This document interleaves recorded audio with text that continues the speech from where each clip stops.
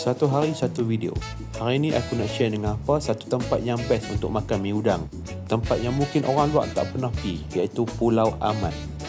Tempat ni bukan saja untuk makan mi udang, tapi yang penting awak boleh santai-santai, relax, layan angin laut. Nak main sini kena ambil bot daripada jeti Batu Musang 5 minit sahaja.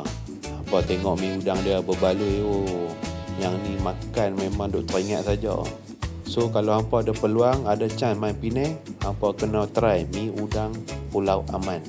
Jangan duk ingat makan nasi kandang saja, sekali-sekala mainlah dekat pulau ni. Kalau hampa nak main, aku nak pesan hampa kena main awal, sebab hujung minggu mesti akan penuh punya.